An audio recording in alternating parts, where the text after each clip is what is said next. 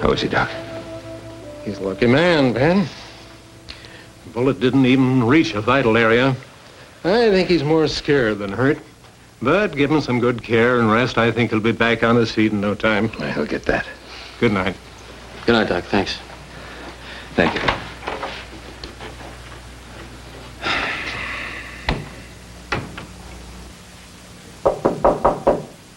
Come in.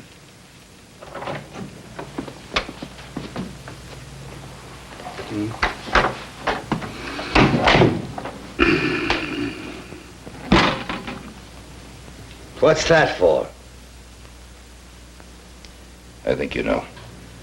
Oh, it's a terrible and humiliating thing for any man to survive his deathbed confession. Only I can't use that money. Why can't you use it? Because I can't. It's not as though you stole it yourself. If I used that money, it would be exactly as if I'd stolen it myself. Oh, Ben, for heaven's sakes. When you thought you were dying, I heard you say with my own ears that you wished you had a chance to live your life over again. I did. Well, you have your chance now. How? What? Now, I don't want to be a conscience.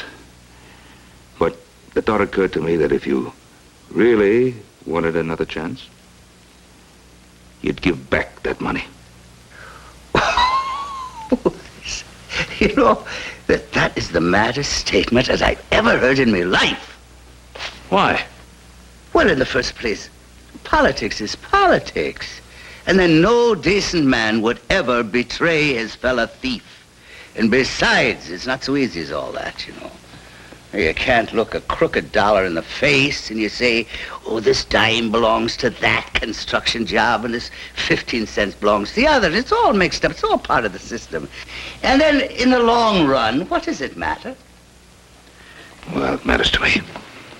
Now, Ben, look, this lumber deal is already underway and Haas is up there right this very minute. That's right. Well, you need the money. Yes, I do. Ben, my little girl Julie will be here in a few days. Yeah? And you won't allow any of this to make any difference with Julie, will you? Oh, what do you think? Why, I think that you know she's the only good and decent thing in my life. And that I'd sooner die, for real, you know, than give her one moment of heartache.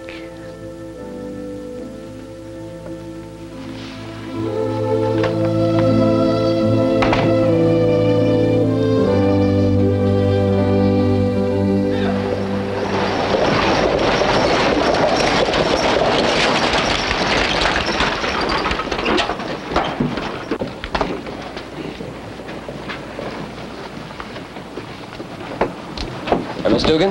Miss Julie Dugan? Yes? I'm Joe Cartwright. I've come to meet you. Well, you must be Ben Cartwright's son. That's How right. good of you to meet me. Oh, it's my pleasure. Where's Father? Your father's waiting for us at the house. He had sort of an accident. Is he all right? Oh, yeah, he's fine. He's fine. We were a little worried about him for a time. He's up and around now like a nervous rooster. We almost had to tie him down to keep him home. I can hardly wait to see him. Well, my pa's over taking care of some business. I'll get your luggage down, and as soon as he gets back, we'll be on our way. Just sit over there and rest yourself.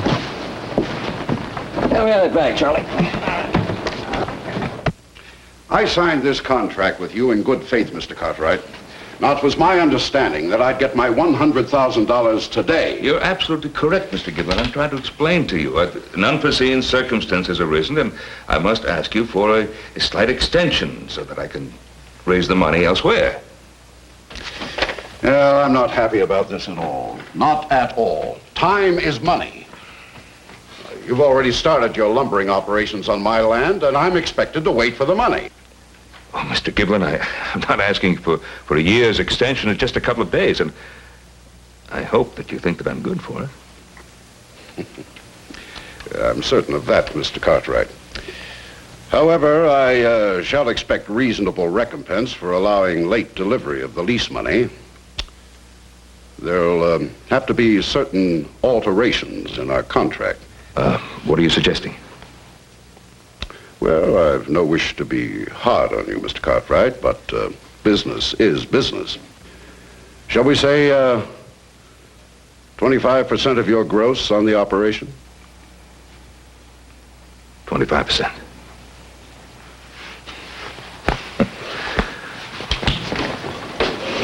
Mr. Giblin, I thought you used the word reasonable. What you're suggesting is highway robbery. Take it or leave it. Well, if that's the way you're going to put it, Mr. Giblin, I will leave it. And I will leave your land tomorrow. You'll pay damages. Reasonable damages, Mr. Giblin. Reasonable damages.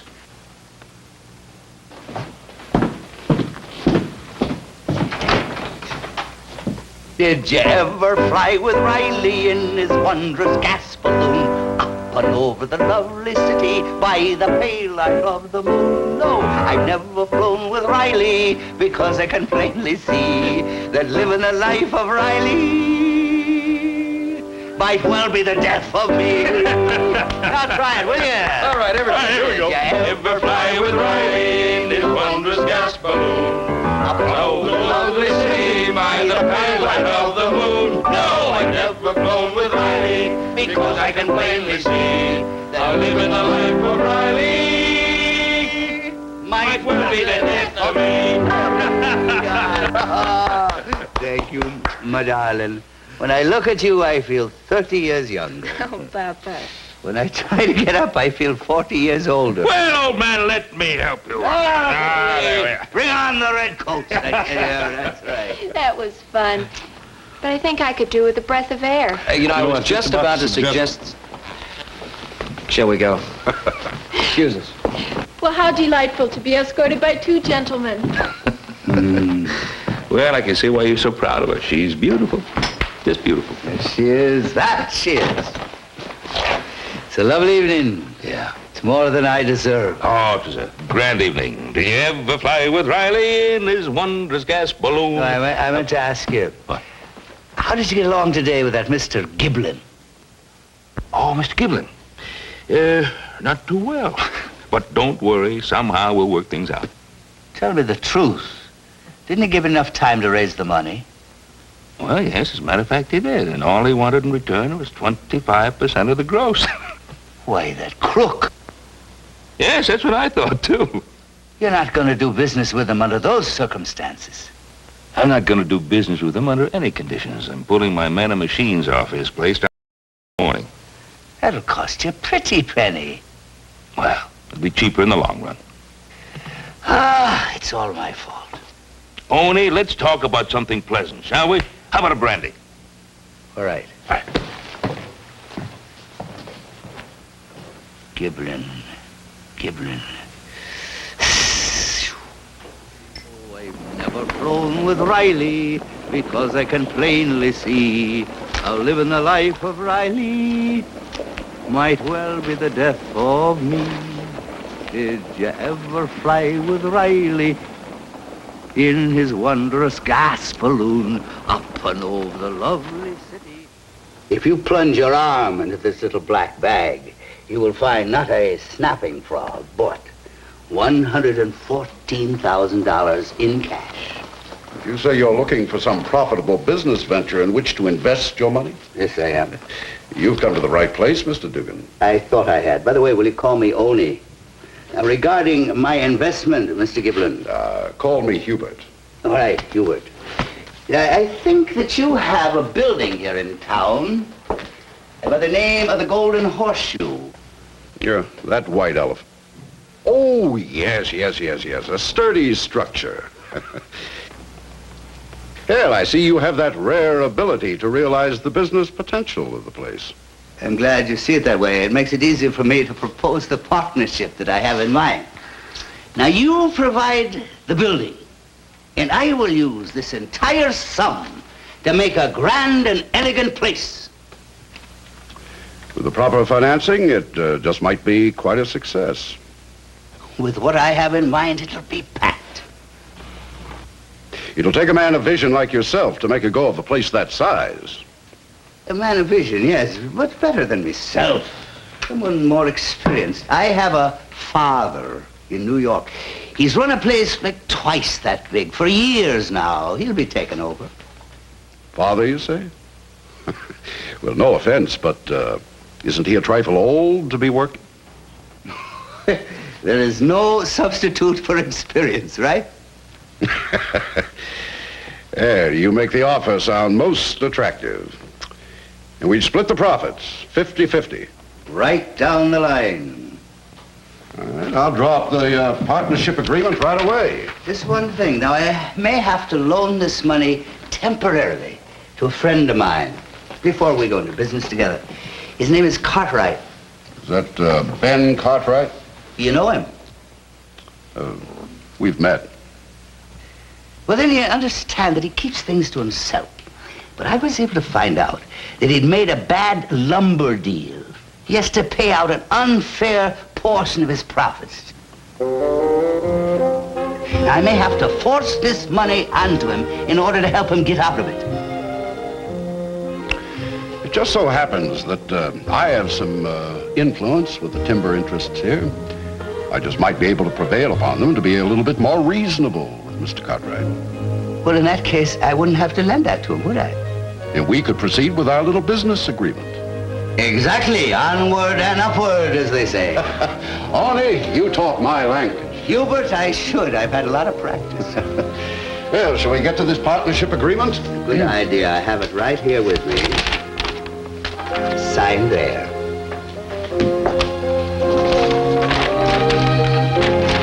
I don't know what kind of a tree you fell out of, but I can guarantee you're a nut. How can I take a job chopping trees if I'm going to spend the next 10 years in jail? Well, that's an interesting question. Now I've got one of my own. What have you got against the Cartwrights? Oh, I don't know. Well, it isn't easy to say. Well, think deep about it. I still don't know. When I'm sober, I don't seem to mind them too much. Well, why don't you try staying sober for a little bit?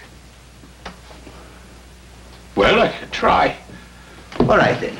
I'll withdraw the charges against you. I'll straighten things out with the sheriff and the judge, and I'll arrange some kind of a parole. Well, you hear what I said? I hear you, but I don't believe you. Why would you do this? Well, it's not an easy thing to explain. It has something to do with balancing the books. There's something to do with casting the first stone. And something to do with the fact that a man by the name of Patrick O'Neill can't be all bad. I'll drink to that.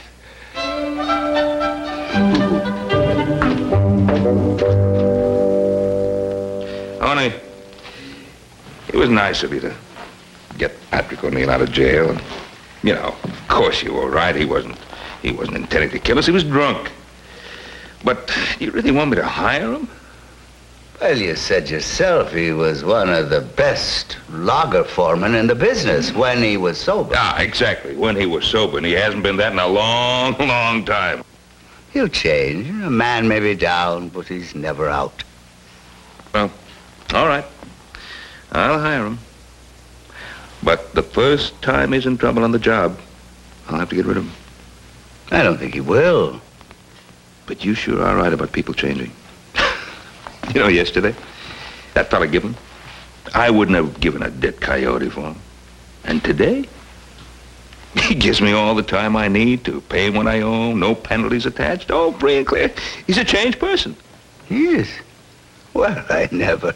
Yeah, you see, you give people enough time and they'll mend their evil ways, as my grandmother used to say. Well, I gotta get me an early start. I'll see you in the morning. Help yourself. Oh, yes.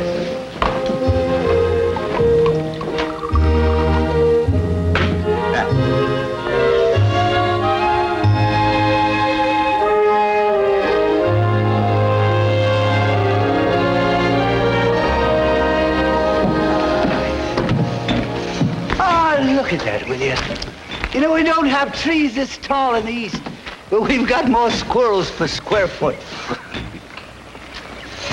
There's Patrick. Now, if Ireland had this much timber, we'd have overwhelmed the English with our shillelagh. Tony, pull in little Joe over here. Aye. Who's that Popinjay? He happens to be a very good friend of mine, that's who. Any more questions? Not with the answers you give. Well, then let's get on with the work. You better have the men clear the lower slope first, huh? Yeah, that'll make it easy to skid the logs down from the upper ridge. Yeah. Ben! Well, Howdy, how are you? Yes, your men are as busy as a pocket full of beans. Yeah, they sure are. And that Patrick, how's he working out so far? Oh, he's doing great. Great, he's a good foreman. Because I just can't figure out how he managed to hire every Irishman in town since this morning. You can't trust him. He's from the north. Now, you forgive me, I've got a bit of my own business to do in town. Now, I'll see you, though. Right. Hey, what kind of business is Oni getting? Well, I don't know, but with that Blarney, he's going to get through it without much of a struggle, I'll guarantee. He may. I think, however, that he's going to have a bit of a struggle on his hands, just the same. With what?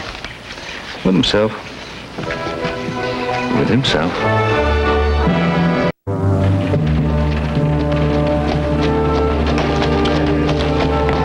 Hello, Oni. It's a nice day. It was a nice day. The sight of you two would chase a snake up a rope. You don't really mean that. We've been kind of worried about you, Oni. Let's go over to the saloon and have a little drink. Come off of it, Tierney. I'm here as a retired gentleman, rich and respectable. What would I be doing with the likes of you? We're simply fellow New Yorkers you happen to meet. Interested in a little friendly business conversation. Yes. You want to be friendly, don't you? I do not. Well, extend yourself.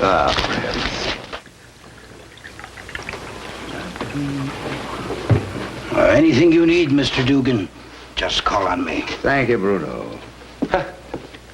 And I must say you're a big man in town, Oni. It's royal treatment every time. That's because I'm not shanty Irish like you. Bruno can sense the royal blood in my veins.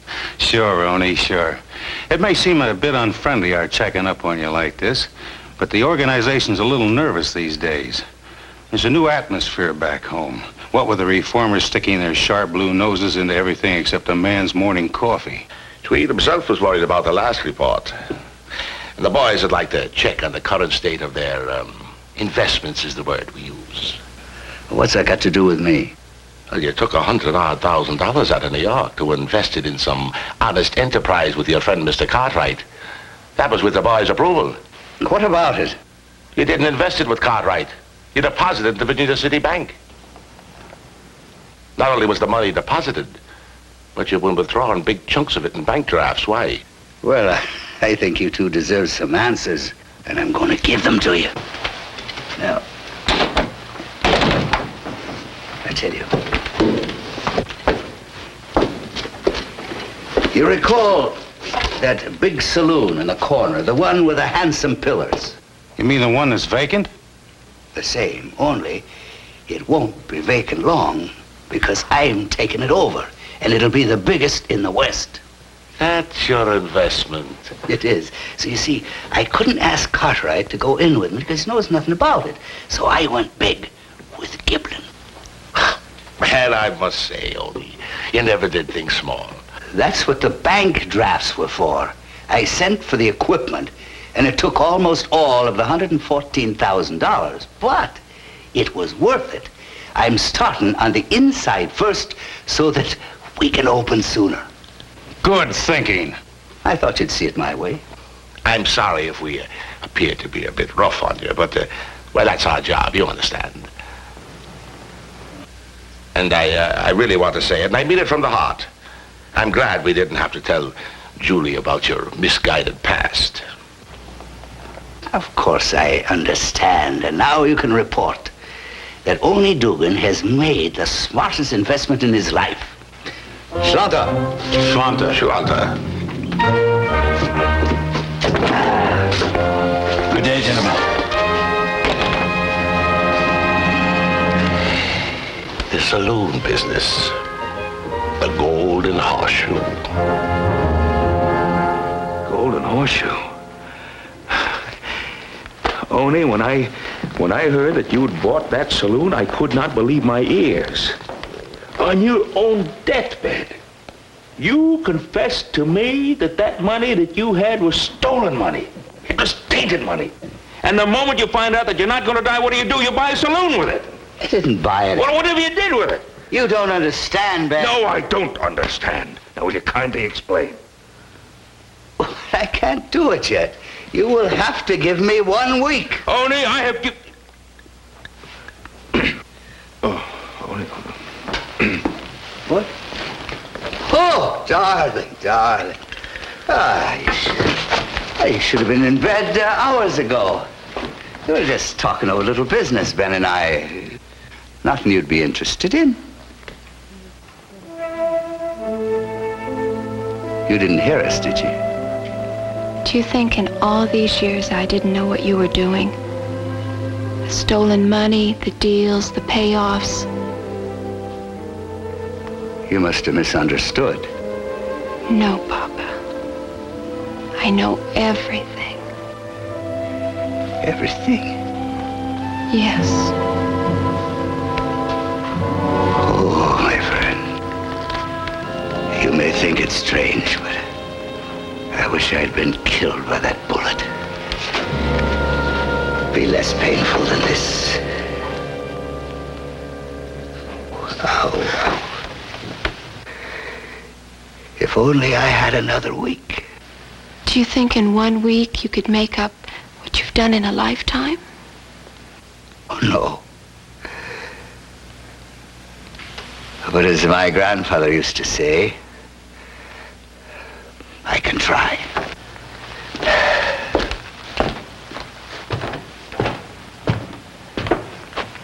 After all, it only took 6 days for the Lord to make the whole earth.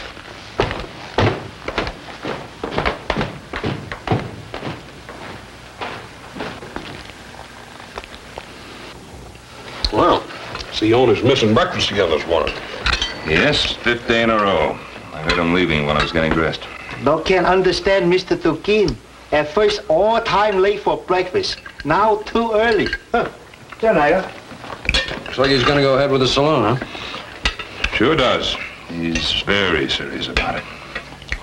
Let's eat and get up to the lumber camp.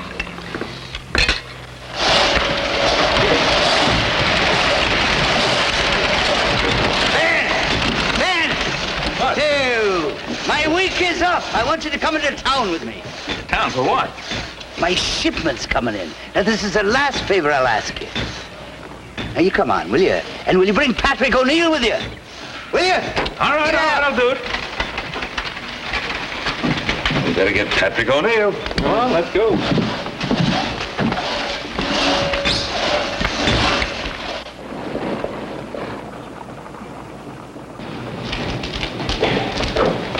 Well, today's the big day, eh, partner? That it is, partner. That it is. And here she comes now.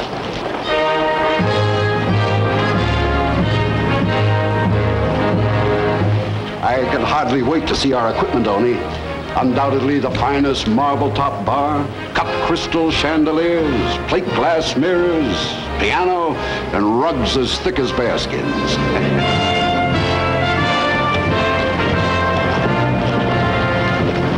I can't imagine an operator like you buying second-rate furnishings. I didn't. Be assured of that.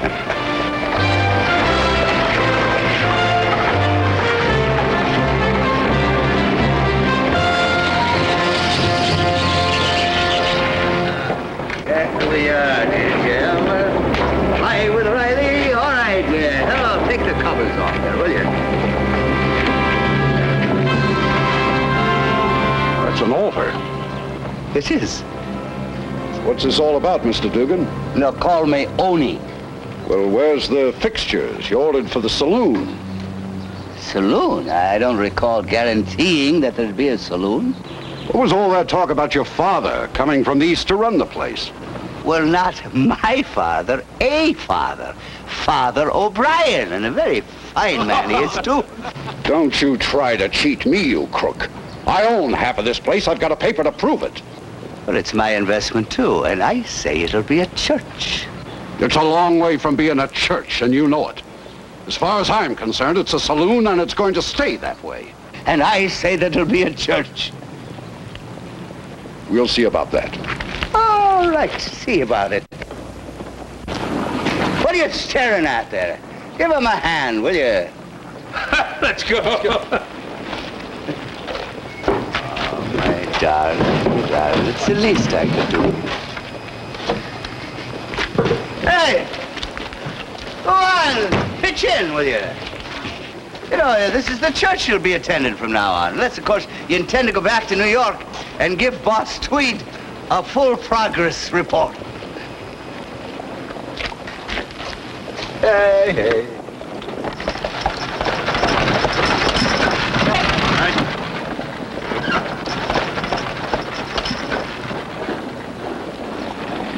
There's a bit of equipment that's been long time needed around here. And I hope you'll be spending a good deal of time in it, Papa. I will, I promise. Cartwright!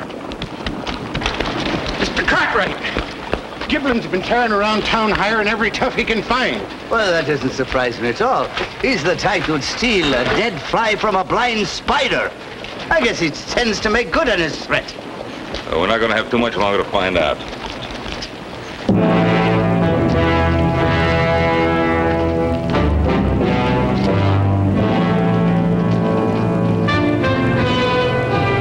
Well, I told you I'd be back, Dugan. We'd not have been disappointed in the least if you'd failed to keep a promise, Mr. Gaboon. That's Giblin. I'm a man of action, and I'll not be cheated.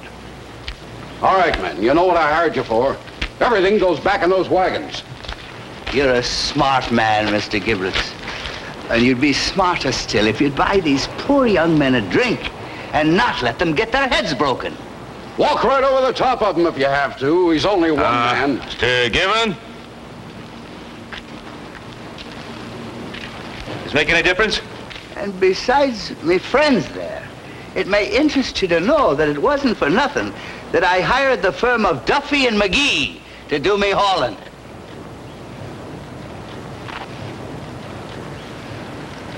I'll double your pay. Now get in there and get him. Let's get him!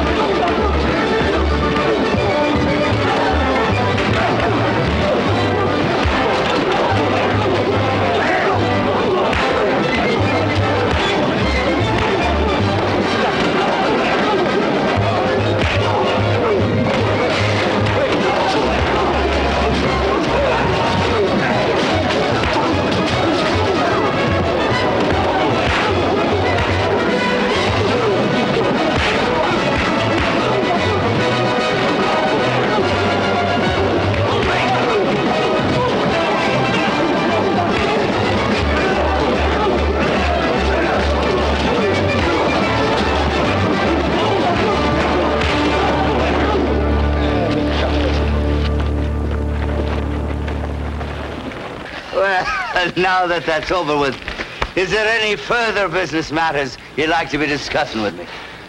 The church is all yours. There we are. I want to thank him, but didn't I tell you he was a tiger in the street? You know, how can I ever thank you, gentlemen, for the magnificent help you've given me over the last 3 weeks? Looks wonderful. There comes my father.